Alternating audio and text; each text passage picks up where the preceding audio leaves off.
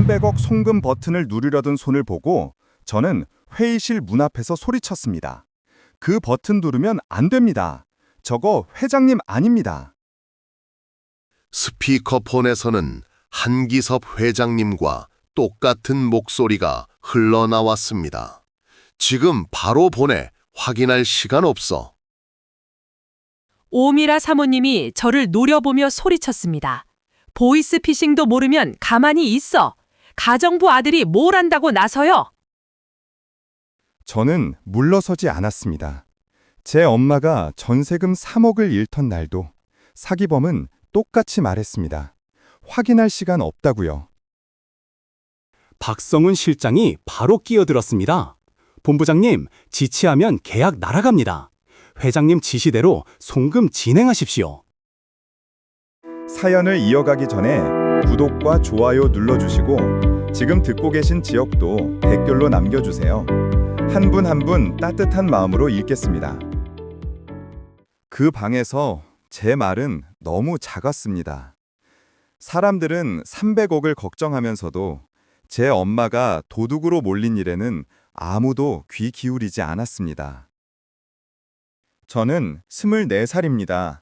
낮에는 중고폰 수리점에서 일했고 밤에는 엄마 휴대폰에 남은 사기 문자와 통화 녹음을 다시 들었습니다. 저의 엄마는 김영숙입니다. 대연그룹 회장님 댁에서 오래 일한 가정부였고 아들이 사고 났다는 보이스피싱 전화 한 통에 평생 모은 전세금 3억을 잃었습니다. 그런데 그날 밤 엄마는 집에 오지 못했습니다. 앞치마도 벗지 못한 채 별채 앞에 세워져 있었고 사람들은 사라진 귀금속을 찾겠다며 엄마의 청소 카트를 뒤지고 있었습니다.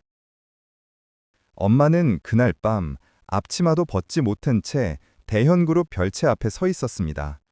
옆에 있던 청소 카트는 열려 있었고 걸레와 장갑, 작은 파우치까지 전부 밖으로 꺼내져 있었습니다. 시작은 팔찌 하나였습니다. 오미라 사모님이 아끼던 팔찌가 사라졌고 사람들의 시선은 가장 먼저 엄마 쪽으로 향했습니다. 몇 시간 전만 해도 엄마는 평소처럼 일하고 있었습니다. 본체 거실에 찻잔을 치우고 별채 복도에 떨어진 꽃잎을 조용히 쓸고 있었습니다. 엄마는 그 집에서 오래 일했습니다. 하지만 오래 일했다는 말이 의심 앞에서 보호받는다는 뜻은 아니었습니다. 엄마는 찻잔 하나도 두 손으로 바쳤습니다. 그 집에서 깨진 물건 하나는 늘 일하는 사람의 잘못이 되기 쉬웠으니까요. 엄마가 찻잔을 내려놓으며 작게 말했습니다. 조심해야지. 남의 집 물건은 더 조심해야지. 엄마는 늘 남의 집 물건부터 걱정했습니다. 그런데 정작 자기 마음이 무너진 건 아무에게도 제대로 말하지 못했습니다. 얼마 전 엄마는 보이스피싱 전화 한 통에 평생 모은 전세금 3억을 잃었습니다. 아들이 사고 났다는 말이 나오자 엄마는 제 이름 하나 때문에 모든 판단이 멈췄다고 했습니다. 그날 밤 엄마는 식탁 끝에 앉아 있었습니다. 구겨진 은행 봉투를 두 손으로 잡고 있었고 제 얼굴도 제대로 보지 못했습니다. 엄마가 제 눈을 피하며 말했습니다. 내가 바보라서 그런 거야. 네 이름이 나오니까 아무것도 생각이 안 나더라. 저는 바로 고개를 저었습니다. 엄마 잘못 아니야. 엄마를 속인 사람들이 나쁜 거야. 내 이름을 이용한 사람들이 나쁜 거라고. 엄마는 대답하지 못했습니다. 한참 동안 컵만 만지작거리다가 겨우 한마디를 더 꺼냈습니다. 엄마가 힘없는 목소리로 말했습니다. 그래도 내가 보냈잖아. 내가 눌렀잖아. 그 말이 더 아팠습니다. 사기를 친 사람은 따로 있는데 엄마는 자꾸 자기 자신을 벌주고 있었습니다. 그날부터 저는 엄마 휴대폰을 놓지 못했습니다. 사기 문자와 통화 녹음을 다시 들었습니다. 빨리 보내라. 확인할 시간 없다. 지금 안 하면 큰일 난다. 그 말들이 계속 반복되고 있었습니다. 엄마가 제 손에서 휴대폰을 살짝 밀어내며 말했습니다. 그만 봐도 돼, 지훈아. 이미 끝난 일이잖아. 저는 휴대폰을 내려놓지 못했습니다. 끝난 일 아니야. 엄마가 아직도 자기 탓을 하잖아. 저는 그 말들을 외우듯이 들었습니다. 엄마를 속인 사람들은 목소리보다 먼저 시간을 빼앗았습니다. 확인할 틈을 주지 않았습니다. 그리고 그날 오후 엄마는 대현그룹 별채복도를 청소하고 있었습니다. 그곳은 회장님 가족과 회사 사람들이 중요한 이야기를 나누는 공간이라고 했습니다. 엄마가 복도 끝 화분을 옮기려던 순간 안쪽에서 박성훈 실장의 목소리가 들렸습니다. 박성훈 실장이 낮게 말했습니다. 오늘 3시 별채 회의실 확인 절차는 제가 맡겠습니다. 엄마는 그 말뜻을 정확히 알지 못했습니다. 그래도 확인 절차를 맡겠다는 말이 이상하게 들렸다고 했습니다. 엄마는 조용히 뒤로 물러서려 했습니다. 그때 별채 문이 열렸고 박성훈 실장이 엄마 앞에 섰습니다. 박성훈 실장이 짧게 물었습니다. 김 여사님, 거기서 뭐 하고 계셨습니까? 엄마는 손에 든 걸레를 꼭 쥐었습니다. 별일 아니라는 듯 대답하려 했지만 목소리가 조금 떨렸다고 했습니다. 엄마가 급히 말했습니다. 복도 청소 중이었습니다. 바로 나가겠습니다. 박성훈 실장은 바로 비켜주지 않았습니다. 엄마의 청소 카트와 손에 든 걸레를 천천히 훑어봤습니다. 박성훈 실장이 다시 물었습니다. 들으신 건 없으시죠? 엄마는 바로 고개를 저었습니다. 그 집에서 일하는 사람은 괜히 들었다고 말하는 순간 더 불리해질 수밖에 없었습니다. 엄마가 떨리는 목소리로 말했습니다. 아무것도 못 들었습니다. 저는 그냥 청소만 했습니다. 박성훈 실장은 더 묻지 않았습니다. 다만 엄마의 청소 카트를 한 번 더 보고는 몸을 비켰습니다. 박성훈 실장이 짧게 말했습니다. 오늘은 별채 근처에 오래 계시지 않는 게 좋겠습니다. 엄마는 고개를 숙였습니다. 그 집에서 이상한 말을 들어도 이상하다고 묻는 건 엄마에게 허락된 일이 아니었습니다. 엄마가 작게 대답했습니다. 네, 알겠습니다. 그런데 엄마가 별채에서 물러난 지 얼마 지나지 않아 본체 쪽이 갑자기 소란스러워졌습니다. 오미라 사모님이 아끼던 팔찌가 사라졌다는 말이 나왔습니다. 조금 전까지 조용하던 사람들의 시선이 이번에는 노골적으로 엄마 쪽으로 향했습니다.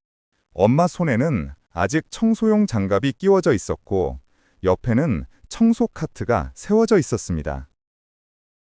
오미라 사모님이 청소 카트를 내려다보며 차갑게 말했습니다. 김 여사님, 오늘 이 방 정리하셨죠? 김 여사님, 오늘 이 방 정리하셨죠? 엄마는 자기 손을 내려다봤습니다. 그리고 조심스럽게 대답했습니다. 네, 찻잔하고 접시만 정리했습니다. 오미라 사모님은 엄마의 대답보다 청소 카트를 더 오래 봤습니다. 그 순간 엄마는 이미 설명해야 하는 사람이 되어 있었습니다.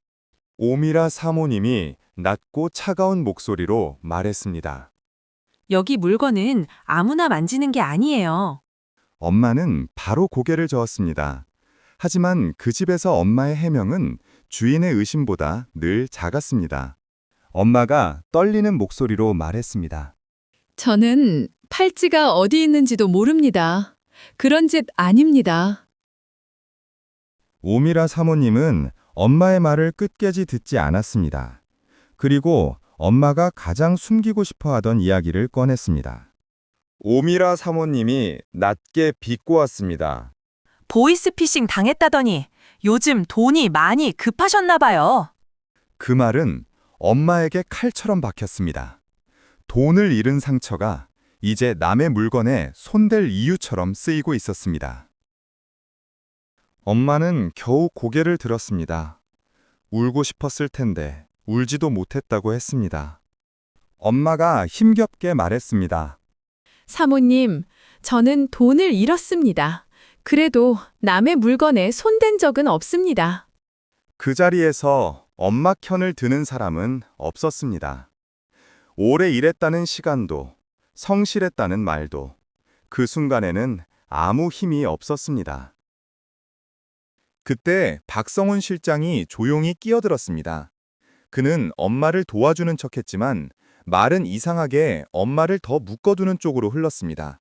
박성훈 실장이 차분하게 말했습니다. 사모님, 일단 김 여사님은 별채 앞 대기 공간에 계시게 하시죠. 확인만 끝나면 됩니다. 엄마는 그 말을 듣고 놀랐습니다. 그냥 집에 돌아갈 수 없다는 뜻이었기 때문입니다. 엄마가 떨리는 목소리로 물었습니다. 저를 여기 세워두신다는 말씀이세요? 오미라 사모님은 차갑게 대답했습니다. 정중한 말투였지만 사실상 엄마를 도둑으로 세워두겠다는 뜻이었습니다. 억울하시면 더더욱 기다리셔야죠. 떳떳하시면 문제 없잖아요. 엄마는 앞치마도 벗지 못한 채 별채 앞에 세워졌습니다. 청소 카트는 다시 열렸고 걸레와 장갑, 작은 파우치까지 하나씩 뒤져졌습니다. 엄마가 작게 말했습니다. 저는 정말 훔치지 않았습니다. 저는 그때 중고폰 수리점 뒷방에 있었습니다. 깨진 액정을 갈다가 낯선 번호로 걸려온 전화를 받았습니다. 전화기 너머로 들린 건 엄마가 집에 못 간다는 말뿐이었습니다. 그리고 회장님 댁에서 귀금속이 사라졌다는 말도 함께 들렸습니다. 저는 손에 들고 있던 수리 도구를 내려놓았습니다. 엄마가 또 자기 잘못이 아닌 일 앞에서 고개 숙이고 있을 게 눈에 보였습니다. 저는 낡은 점퍼를 집어들고 바로 뛰어나갔습니다. 엄마를 데리러 가야 했습니다. 제가 대현그룹 별채에 도착했을 때 엄마는 아직 앞치마를 두른 채 문 앞에 서 있었습니다. 그리고 그 안쪽 회의실로는 양복 입은 사람들이 하나둘 들어가고 있었습니다. 제가 대현그룹 별채 앞에 도착했을 때 엄마는 아직 앞치마를 두른 채 문 옆에 서 있었습니다. 청소 카트는 열린 채였고 엄마 손은 앞치마 끝을 꼭 쥐고 있었습니다. 별채 안쪽에서는 사람들이 바쁘게 오가고 있었습니다. 그런데 그 많은 사람들 사이에서 엄마만 움직이지 못하고 있었습니다. 저는 엄마 쪽으로 바로 걸어가 말했습니다. 엄마. 엄마가 놀란 얼굴로 저를 봤습니다.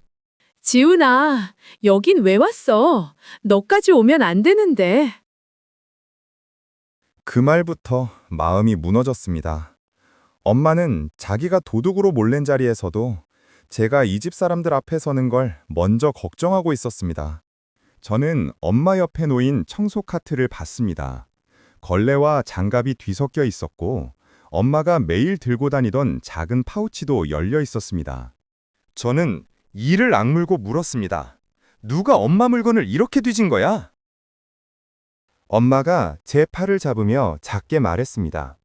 그냥 확인만 하신대. 곧 끝날 거야. 너는 가. 엄마는 또 자기 목소리를 줄이고 있었습니다. 억울하면 더 크게 말해야 하는데 엄마는 오히려 더 조용해지고 있었습니다. 저는 엄마 손 위에 제 손을 올리고 말했습니다. 엄마, 안 가. 나 여기 있을 거야. 그때 오미라 사모님이 천천히 다가왔습니다. 제 낡은 점퍼와 운동화를 보고 다시 엄마를 봤습니다. 오미라 사모님이 차갑게 물었습니다. 아들이에요? 저는 오미라 사모님을 똑바로 보고 말했습니다. 네, 제 엄마입니다. 오미라 사모님이 제 옷차림을 훑어보며 말했습니다. 가정부 일에 가정부 아들까지 나서는 건가요? 저는 그 말에 바로 대답하지 않았습니다. 가정부 일이라면서 엄마는 그 집 사람들 앞에서 도둑처럼 세워져 있었습니다. 저는 청소 카트 쪽을 가리키며 말했습니다. 저희 엄마는 남의 물건에 손댈 사람이 아닙니다. 오미라 사모님이 웃음기 없는 얼굴로 말했습니다. 그건 아들이라서 믿고 싶은 거겠죠? 그 말은 엄마가 살아온 시간을 한순간에 지우는 말이었습니다. 오래 일한 사람이라는 사실보다 가정부라는 이름이 더 크게 보이는 자리였습니다. 엄마가 급히 끼어들었습니다. 사모님, 제 아들은 아무 상관없습니다. 제가 설명드리겠습니다. 엄마는 끝까지 저를 빼내려고 했습니다. 자신이 의심받는 것보다 제가 이 집에서 무시당하는 걸 더 두려워했습니다. 그때 박성훈 실장이 조용히 앞으로 나왔습니다. 그는 사람들 사이를 정리하듯 아주 낮은 목소리로 말했습니다. 사모님, 회의 시간이 다 됐습니다. 이 일은 제가 확인하겠습니다. 박성훈 실장의 말은 차분했습니다. 하지만 이상하게도 그 말은 엄마를 풀어주는 쪽이 아니라 계속 세워두는 쪽으로 흘러갔습니다. 제가 박성훈 실장에게 물었습니다. 확인하신다면서 왜 엄마를 계속 세워두십니까? 박성훈 실장이 저를 잠깐 바라보다가 말했습니다. 절차상 필요한 일입니다. 잠깐이면 됩니다. 절차라는 말은 늘 이상했습니다. 힘 있는 사람 있으면 사람을 묶어두는 말이 되고 힘 없는 사람 있으면 변명이 되었습니다. 별채 안쪽 문이 다시 열렸습니다. 양복 입은 사람들이 서류 봉투를 들고 회의실 쪽으로 들어가기 시작했습니다. 그중 가장 앞에 선 사람이 최도윤 본부장이었습니다. 한기섭 회장님의 아들이자 대현중공업 해외사업본부 결제 책임자라고 들었습니다. 최도윤 본부장이 박성훈 실장을 보며 물었습니다. 아직 정리 안 됐습니까? 박성훈 실장이 바로 고개를 숙였습니다. 금방 끝납니다. 본부장님은 먼저 들어가시면 됩니다. 최도윤 본부장의 시선이 잠깐 엄마에게 닿았습니다. 하지만 그는 오래 보지 않았습니다. 그에게는 회의실 안쪽 일이 더 급해 보였습니다. 최도윤 본부장이 짧게 말했습니다. 중요한 건입니다. 시간 밀리면 안 됩니다. 중요한 건 시간 밀리면 안 된다는 말. 저는 그 말이 귀에 걸렸습니다. 엄마가 당했던 보이스피싱에서도 사람들은 늘 시간을 빼앗는 말부터 했습니다. 박성훈 실장이 차분하게 대답했습니다. 네, 들어가시죠. 제가 맞춰두었습니다. 맞춰두었다는 말이 이상하게 남았습니다. 엄마가 복도에서 들었다던 말도 그와 비슷했습니다. 저는 엄마를 봤습니다. 엄마도 그 말을 들었는지 입술을 살짝 깨물고 있었습니다. 엄마가 아주 작게 말했습니다. 지훈아, 아까 그 사람이 했던 말이랑 비슷해. 저는 엄마 쪽으로 몸을 조금 돌렸습니다. 엄마 손이 제 소매를 조심스럽게 잡고 있었습니다. 저는 낮게 대답했습니다. 알았어. 엄마, 지금은 아무 말도 하지 마. 회의실 문이 닫히기 시작했습니다. 엄마는 여전히 문 밖에 세워져 있었고 박성훈 실장은 회의실 안으로 들어가고 있었습니다. 팔찌 하나 때문에 붙잡힌 엄마와 봉투를 들고 회의실로 들어가는 사람들. 그 두 일이 같은 별채 안에서 동시에 움직이고 있었습니다.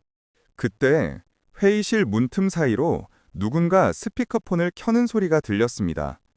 아직 아무 목소리도 나오지 않았는데 저는 이상하게 숨이 막혔습니다.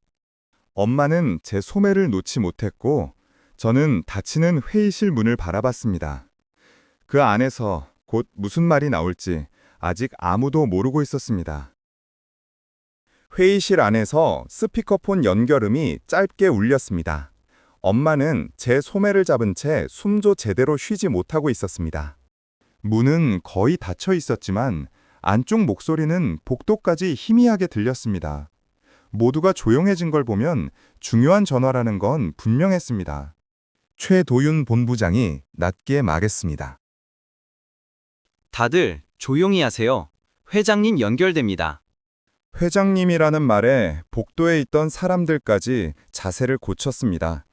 엄마도 저도 그 자리에서 움직이지 못했습니다. 스피커폰 너머에서 한기섭 회장님과 똑같은 목소리가 흘러나왔습니다. 도윤아, 시간 없다. 지금 바로 진행해.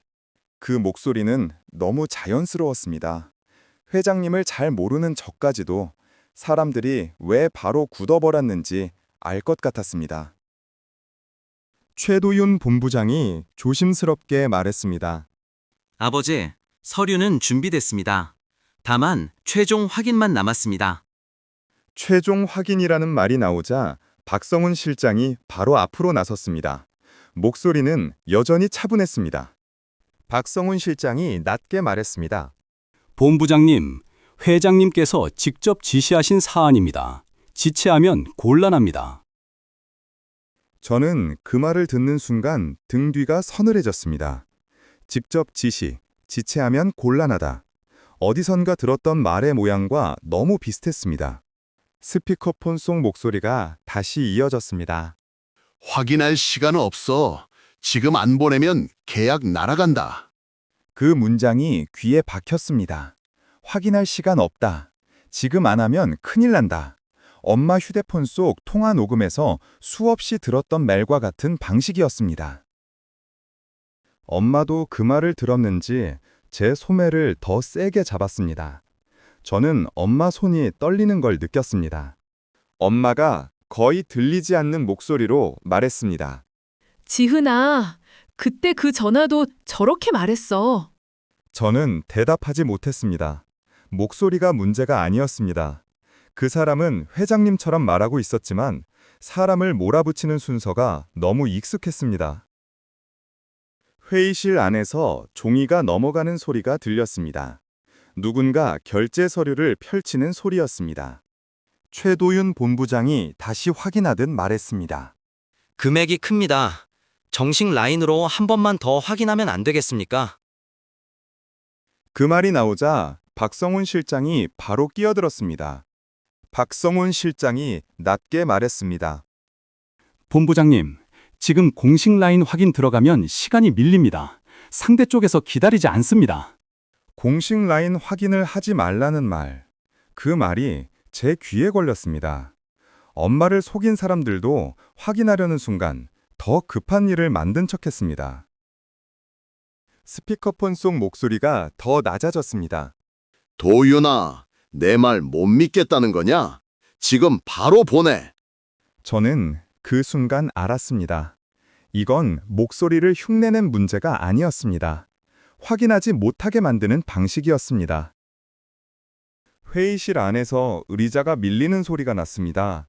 누군가 결제 자리로 움직이는 소리였습니다. 저는 더 이상 가만히 있을 수 없었습니다.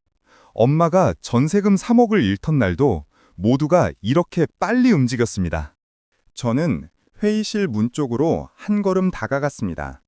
엄마가 제 팔을 붙잡았지만 저는 멈출 수 없었습니다. 저는 문 앞에서 소리쳤습니다. 잠깐만요. 그거 보내면 안 됩니다.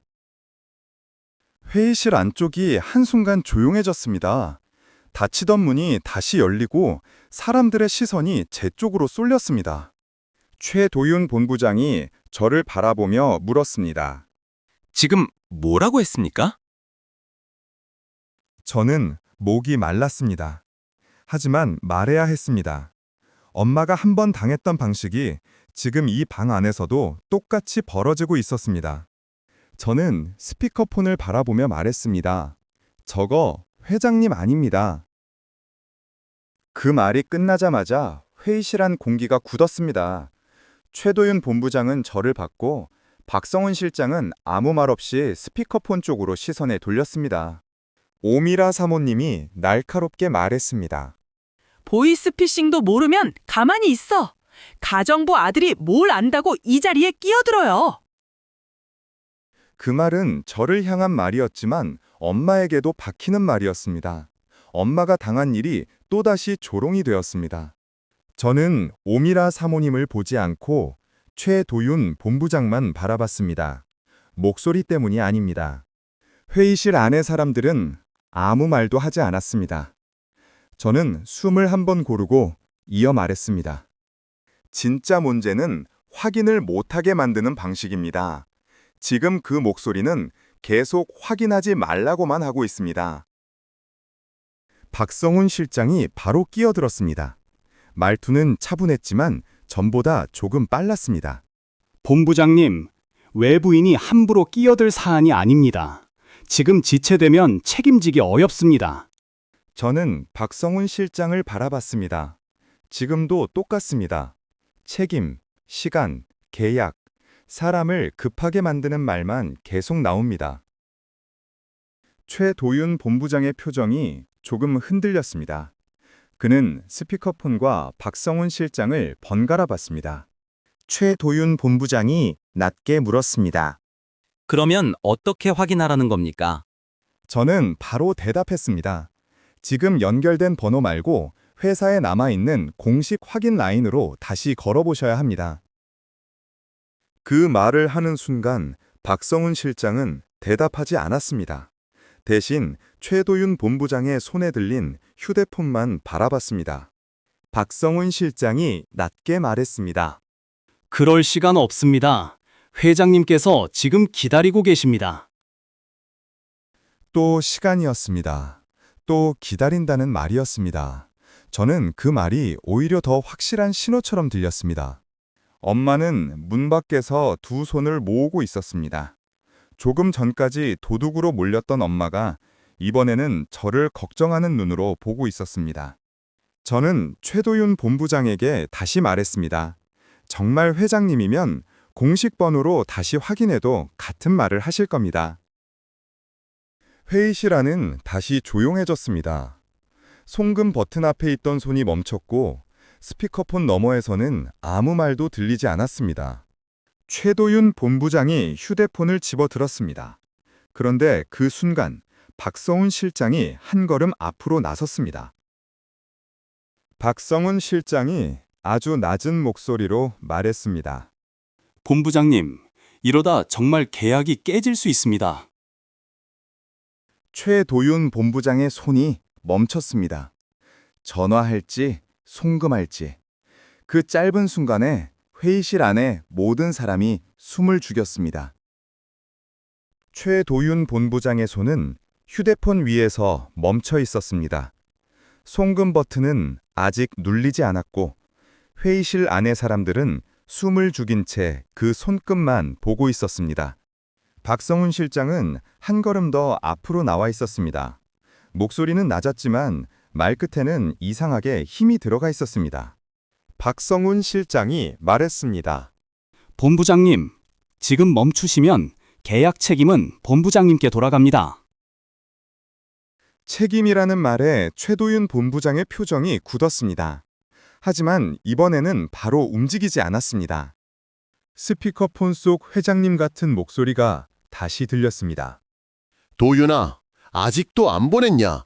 지금 바로 처리해. 그 목소리는 여전히 회장님 같았습니다. 하지만 이제 저는 목소리보다 사람을 몰아붙이는 말의 순서만 들렸습니다. 저는 최도윤 본부장에게 다시 말했습니다.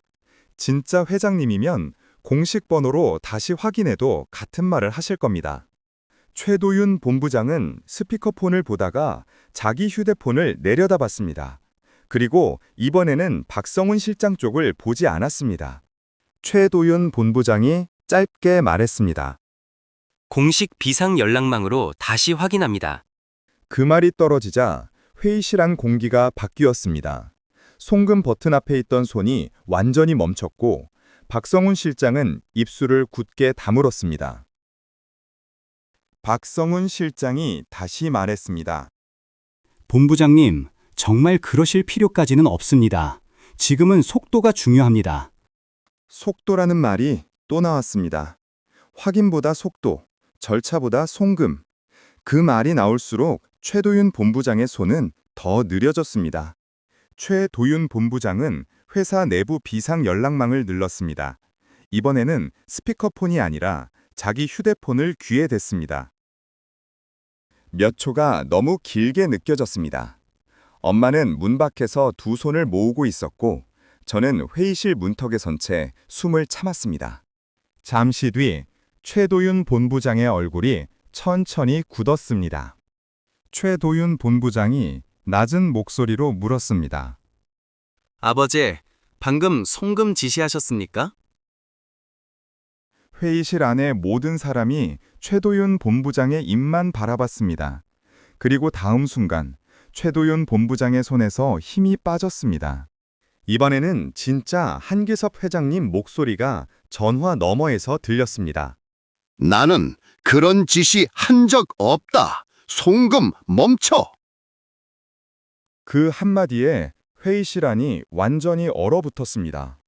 조금 전까지 회장님이라고 믿었던 스피터폰은 아무 말도 하지 않았습니다. 최도윤 본부장이 바로 손을 들어 말했습니다. 송금 중단. 지금 즉시 중단하세요. 송금 버튼 앞에 있던 손이 뒤로 물러났습니다. 회의실 안에서 누군가 숨을 크게 들이쉬는 소리가 들렸습니다.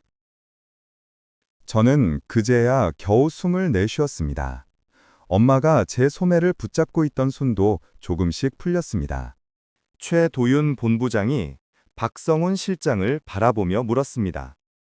박 실장님, 방금 그 번호는 어디서 받은 겁니까? 박성훈 실장은 바로 대답하지 않았습니다.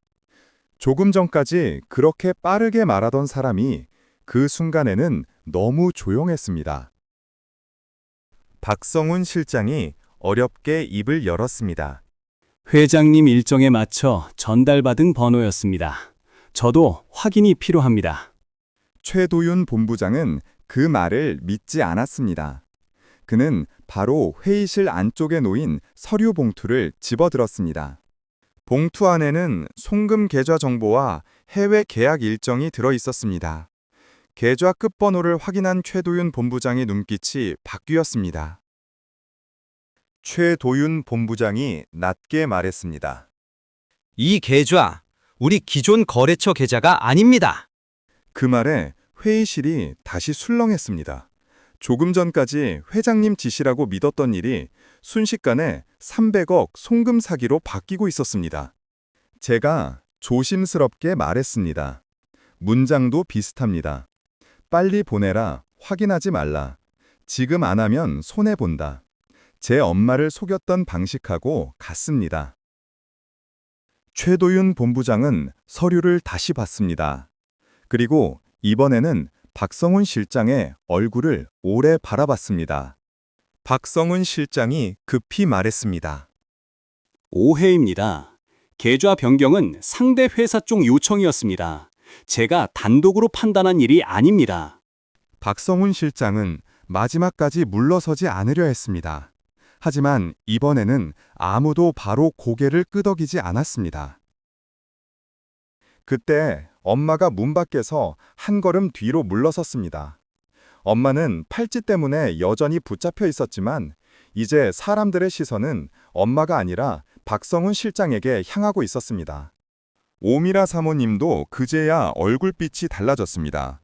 조금 전까지 엄마를 몰아세우던 목소리는 사라져 있었습니다. 오미라 사모님이 박성훈 실장에게 물었습니다. 박 실장님, 이게 무슨 일입니까? 박성훈 실장은 시선을 피했습니다. 최도윤 본부장은 회의실 안쪽 모니터를 가리키며 말했습니다. 별채 복도 CCTV 열어보세요. 지금 바로 확인합니다. 회의실 안쪽 모니터에 별채 복도 CCTV 화면이 열렸습니다. 엄마는 문 밖에서 그 화면을 멍하니 바라봤습니다. 화면 속에는 엄마가 청소 카트를 밀고 지나간 뒤 박성훈 실장이 복도 끝에서 잠시 멈추는 장면이 보였습니다. 박성훈 실장은 주변을 한번 살피더니 손에 든 작은 물건을 화분 뒤쪽으로 밀어 넣었습니다. 그 물건은 오미라 사모님이 찾던 팔찌였습니다. 저는 그 화면을 보며 주먹을 꽉 쥐었습니다. 엄마는 처음부터 도둑이 아니었습니다. 들어선 안 될 말을 들었다는 이유로 도둑이 되어 있던 겁니다. 최도윤 본부장이 박성훈 실장을 향해 말했습니다. 박 실장님, 김 여사님을 입막음하려고 팔찌까지 숨긴 겁니까? 박성훈 실장은 아무 말도 하지 못했습니다. 그 침묵이 대답처럼 들렸습니다. 그때 오미라 사모님이 천천히 엄마 쪽을 봤습니다. 엄마는 아직도 앞치마를 두른 채 서 있었습니다. 오미라 사모님이 낮은 목소리로 말했습니다. 김 여사님, 제가 말을 함부로 했습니다. 그 사과는 너무 늦었습니다. 엄마를 도둑처럼 세워두고 상처까지 꺼내 조롱한 뒤에야 나온 말이었습니다. 엄마는 바로 대답하지 못했습니다. 그저 두 손을 앞치마 위에 올린 채 조용히 숨을 골랐습니다. 엄마가 겨우 말했습니다. 저는 정말 훔치지 않았습니다. 그 말은 아까와 같은 말이었습니다. 그런데 이번에는 그 말을 듣는 사람들의 표정이 달라져 있었습니다. 저는 엄마 옆으로 다가가 앞치마 끈을 천천히 풀어주었습니다. 그제야 엄마는 더 이상 그 집 앞에 세워진 사람이 아니라 누명을 벗은 사람이 되었습니다. 최도윤 본부장이 엄마 앞에 섰습니다. 김 여사님, 죄송합니다. 제가 확인도 하기 전에 의심받는 상황을 그냥 지나쳤습니다. 엄마는 바로 대답하지 못했습니다. 사과를 들어도 너무 오래 참고 있던 사람은 금방 괜찮아지지 못했습니다. 그날 밤 늦게까지 조사가 이어졌습니다. 박성훈 실장이 넘긴 번호와 계좌, 그리고 엄마가 당했던 보이스피싱 계좌가 하나씩 대조됐습니다. 며칠 뒤 결과가 나왔습니다. 엄마의 전세금 3억을 가져간 조직과 대현중공업 송금을 노렸던 조직이 같은 계좌망을 쓰고 있었습니다. 그제야 한기섭 회장님의 공식 연락이 다시 왔습니다. 이번에는 회의실 스피커폰이 아니라 최도윤 본부장의 휴대폰을 통해서였습니다. 한기섭 회장님이 낮은 목소리로 말했습니다. 김 여사님께 먼저 사과드려라. 우리 집과 회사 안에서 벌어진 일이다. 회의실 안은 조용해졌습니다. 조금 전까지 엄마를 의심하던 사람들은 아무 말도 하지 못했습니다. 한기섭 회장님이 이어 말했습니다. 김 여사님, 전세금 3억은 먼저 보전하겠다. 회수 절차는 우리가 끝까지 밟겠다. 이건 선물이 아니라 책임이다. 엄마는 그 말을 듣고도 한동안 아무 말도 하지 못했습니다. 돈 때문만은 아니었습니다. 처음으로 누군가 엄마에게 잘못이 없다고 공식적으로 말해준 순간이었습니다. 전세금 보전 절차가 시작되고 엄마에게는 임시 거처도 마련됐습니다. 며칠 뒤에는 엄마가 오래 바라던 조용한 단층집 계약까지 진행됐습니다. 새 집에 처음 들어가던 날, 엄마는 현관 앞에서 신발을 벗지 못하고 한참을 서 있었습니다. 남의 집 물건만 조심하던 엄마가 처음으로 자기 집 문고리를 잡고 있었습니다. 엄마가 작은 목소리로 말했습니다. 이제 여기서는 아무것도 안 잃어도 되는 거니? 저는 엄마 손을 잡았습니다. 그 손은 아직도 조금 떨리고 있었지만 더 이상 앞치마 끝을 붙잡고 있지는 않았습니다. 저는 엄마에게 말했습니다. 엄마, 오늘은 엄마 돈만 찾은 게 아니야. 엄마가 잃어버린 자리까지 되찾은 거야. 그날 엄마는 처음으로 오래 울었습니다. 부끄러워서 우는 눈물이 아니었습니다. 이제는 자기 잘못이 아니었다는 걸 조금은 믿게 된 사람의 눈물이었습니다.